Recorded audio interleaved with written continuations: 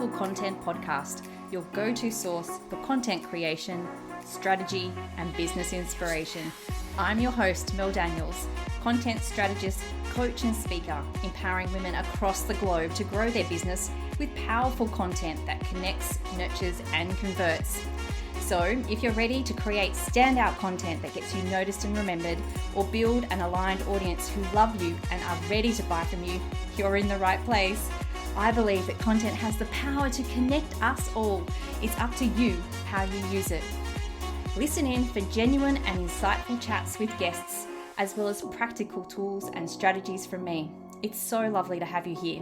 Let's dive into the show. I acknowledge the Wongal people of the Eora Nation as the traditional custodians of the country that I am recording from today. I recognise their continuing connection to the land and waters. I pay my respects to elders past and present and extend that respect to all First Nation people listening today.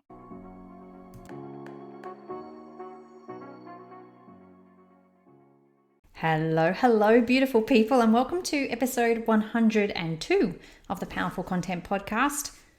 It sounds so strange to have a 100 in front of my episode numbers, but I'm sure I'll get used to it soon enough.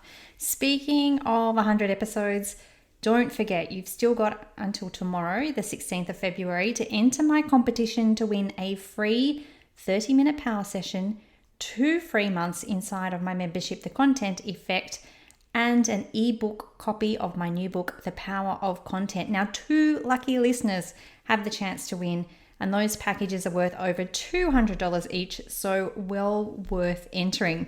All you need to do is follow me on Instagram, then leave me a review on Apple Podcasts. Send me a screenshot of the review via DM on Instagram. And to leave a review, simply scroll down to the bottom of the show page right now if you want to, and select a star rating and then tap write a review. Now, if you're not listening on Apple, that's okay. I've got you covered. You can leave a review on Google, specifically mentioning the Powerful Content Podcast. Simply follow the link in the show notes to leave your review. Now, 2 lucky listeners will be drawn at random and contacted via DM. Super exciting. Now, let's talk strategy and specifically content strategy. So you can go back to episode 72, the 7 key elements to a content strategy, if you're looking for information on the background to strategy and why you need a content strategy for your business.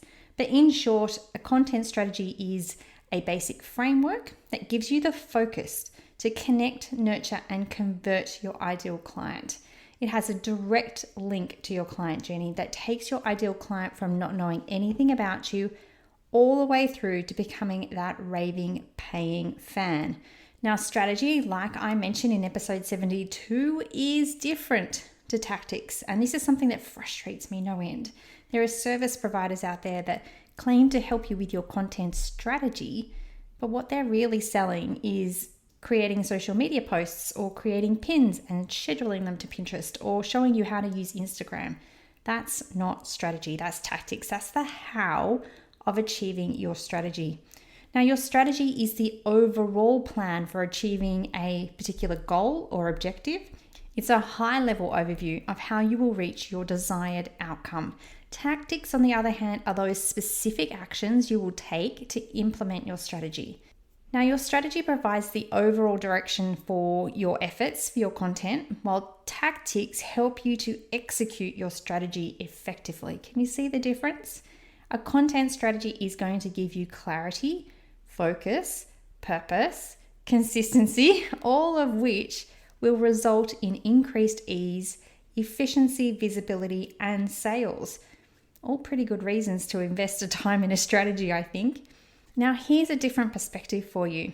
In my book, The Power of Content, I don't start talking about content strategy until much later in the book, chapter 6. And that's not because I don't think it's important. Heck, I wish everyone would create a content strategy. It's just that I know that if I lead with you need a content strategy, you're going to walk away and you're going to tune out and you're not going to want to listen to what I have to say. Hence the title of this episode, and aim for this episode isn't the fact that you need one for your business. It's you need one, but here's how to craft it so it will be useful for you and your business. So this is probably an unpopular opinion and probably sounds strange coming from a content strategist, but you don't have to lead with strategy. And here's why. The first thing is content is about testing and playing. And you can't always do that if you've already invested so much time and or money on a strategy. You tend to then stick to it rigidly. And that's not what I want for you. I want you to find the joy in creating. Find it easy to do. And I want you to feel connected to your offers and who you're selling them to. And you can't do that if you feel like you need to follow the rules. It's way too restrictive and will end up with you grinding your way through your content instead of enjoying it and playing and testing. The second thing I want you to think about is, do you have the time, energy, and resources? Whilst it can be a small piece of work, I have a great mini course on creating a super simple one-page content strategy, or you can actually grab it in a bundle that I'm participating in at the moment.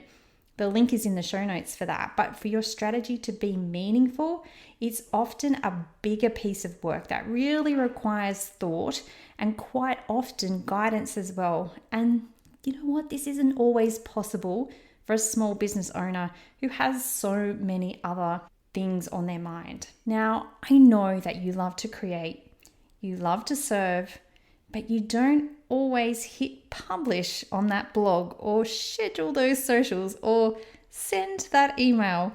I love to see you practicing, working out what feels good and easy before really nutting out a strategy. Next, I want you to ditch the shoulds.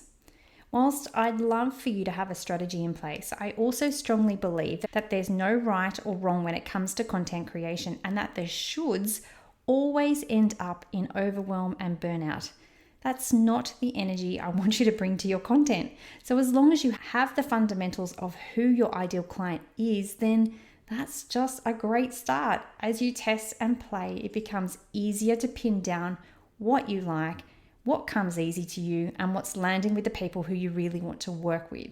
So given all of this, if you decide the time is right to create a strategy, how can you make sure that it's one that you'll actually use and refer to? Now, the first thing is to start small but think big. Instead of overwhelming yourself with an elaborate plan, start small and build gradually.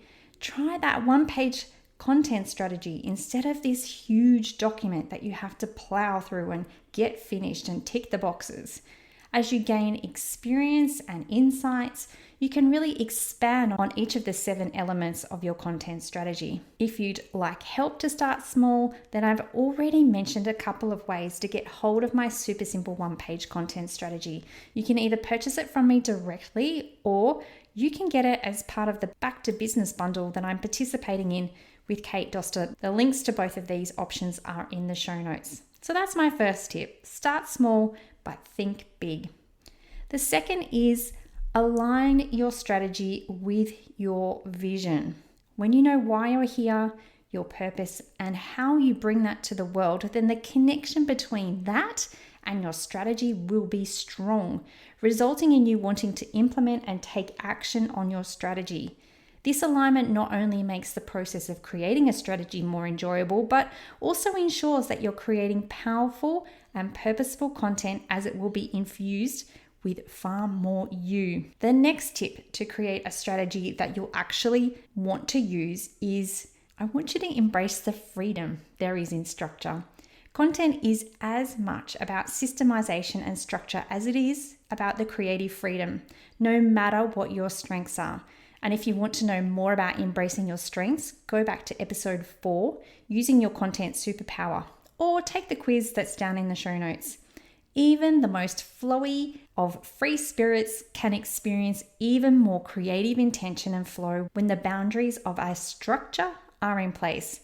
Content freedom can coexist with structure. My next tip is accept that your strategy isn't set in stone. Things change, life happens, new opportunities come your way. So please don't see your content strategy as the only solution to using content to achieve your objectives. There's always alternatives. There's always solutions to problems that arise.